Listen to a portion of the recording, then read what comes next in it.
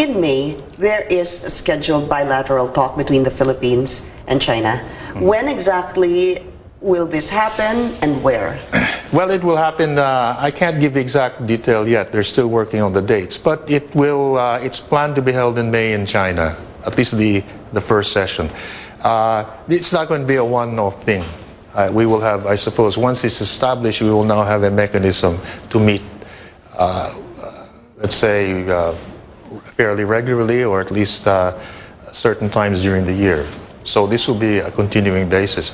But that's not the only mechanism we have with China. Since the President Duterte took over, we have also reestablished our ongoing political consultation mechanism, which really looks at our entire relationship with China, but naturally we also discuss issues of concern there. So, but is the focus going to be talks on South China Sea this coming May, the bilateral? Oh talks, yes, sir? I mean that's why it was created. That's right. Okay. And that's why I think it was an important step forward, because it will focus on West Philippine Sea and who will issues. Who will be there? Who will be in attendance? Well, I can't give now the exact attendance, but it will be held at sub-ministerial level. So, in other words, it won't be. It will be dealing with issues at the expert level. It won't be, I suspect, just speeches, where they'll really be talking about issues. Is the arbitral ruling going to be discussed by the Philippines?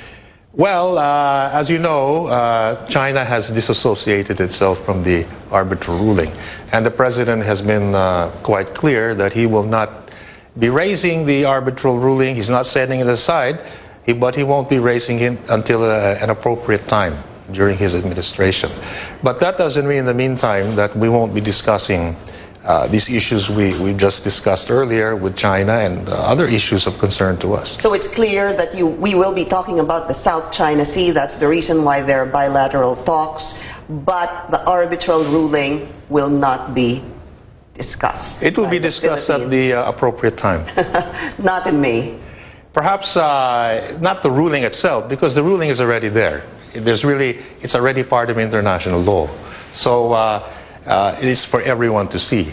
The issue now really is how to address the problems which for example, the arbitral ruling sought to address. But you see, the arbitral ruling did not pronounce on the disputes.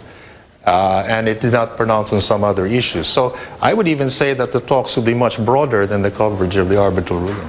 But something definitely to look forward to.